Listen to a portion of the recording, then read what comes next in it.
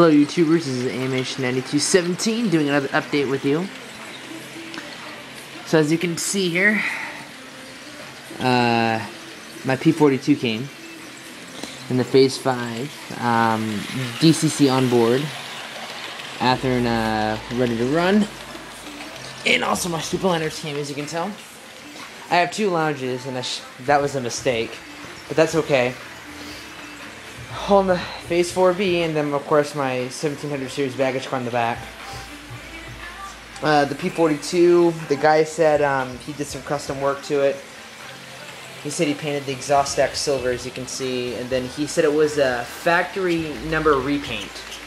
He said it was like an original, like a 47, I think. I can't remember. And he had it renumbered. I think he did it himself. It was a decal sheet. You could see there's an air bubble on like the number on the 2 or something. You can just barely see it. It's not noticeable unless you like look under the light.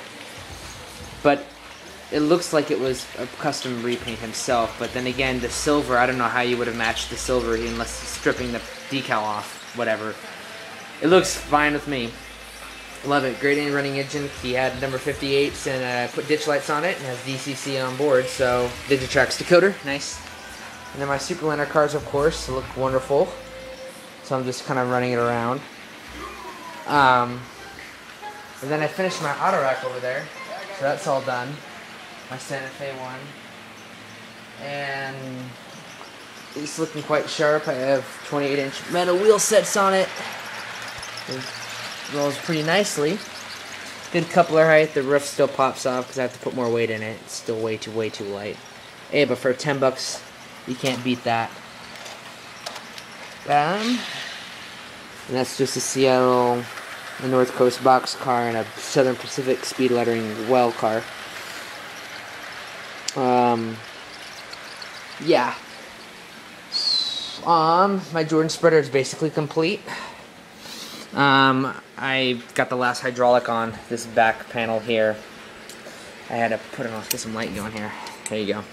So it's basically done. The last thing I really need to do to it is just do touch-up work on wherever there's drills or pins located, and I can see there's like a little brass screw down there I got to paint over. So it's just some touch-up paint. I got to glue this front plow on because it still pops off, and I got to put a front coupler on it. Other than that, though, it runs and rolls great. And it completely opens up, which is pretty cool if you ask me.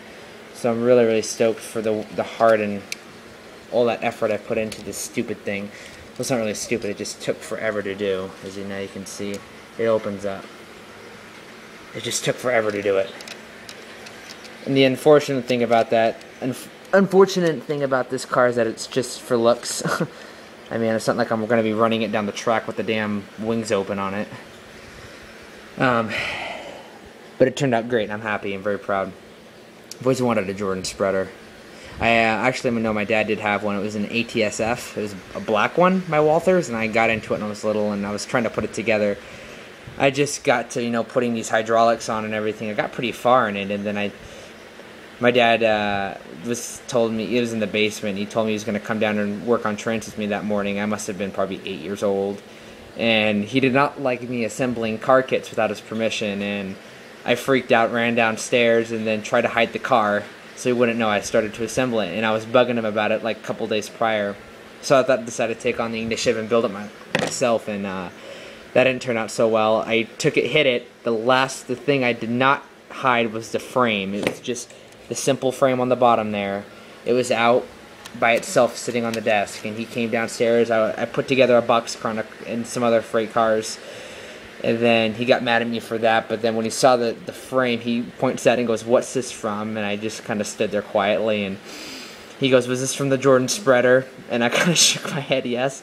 He goes, "Where is it?" And he got really mad at me. So he threw it out, which I think that was a really dumb maneuver. It was still fine, besides some glue here and there over the seams, but whatever. That's a road railer I'm working on. I got to finish that up. Working on some other projects. I got some ditch lights from my BNSF Swoosh ST70M that I'm working on. They're the modern ones from Detail West.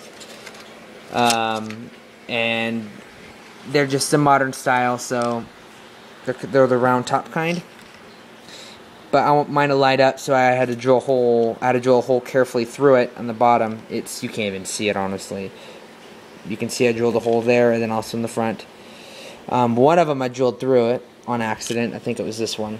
You can see it here. It's really obvious in the back. You can see the little spot where I drilled through it, and I gotta putty that up. And then this one I drilled through kind of at the lower part of the ditch light. You can kind of see it. So I gotta putty them up, and then we'll put little grain bulbs in there, and we'll get it going. And then that engine's just a matter of time. It's whenever I get an air compressor to finish painting the cab. Projects, and I got that tank car to build. Other than that, that's basically it. There's really not too much more going on. I'm just kind of taking a break now. I spent some money, so I'm happy. I got my SW1000 came, my GP38 came. They got couplers on them now, and they're running great. Yeah, just one project at a time. So yeah, well, with that, it's kind of late, so I'm gonna hit the hay. But subscribe, rate, comment, do as you please, and right on. Either than that, I'll talk to you guys later. This is AMH9217 signing out.